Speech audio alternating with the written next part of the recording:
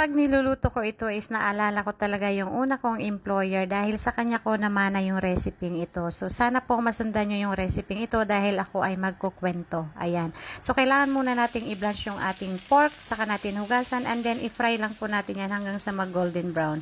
Kapag nag-golden brown na, ay ilagay na natin yung ating luya, bawang, at saka yung ating sibuyas. And then, i-fry lang muna natin saglit. Saka natin ilagay yung ating soy sauce. Ilagay ko na po sa screen yung mga sangkap na aking ginamit para po masundan nyo ng mas maigi. Ayan. Alam nyo, nung unang salta ko sa amo ko is ito yung unang recipe na itinuro niya sa akin. Nanood ako. Sabi niya, i-take note po lahat dahil sa susunod ikaw na yung magluluto dito. Alam nyo po, nung niluto ko na siya, ay sobrang takang-taka siya. Sinigaw niya yung pangalan ko. Akala ko ano na yung kasalanan ko. Sabi niya, ang perfect ng pagkakaluto mo, talo mo pa yung luto ko. O, diba? O, ayan. Wag po natin i-overcook yung ating meat.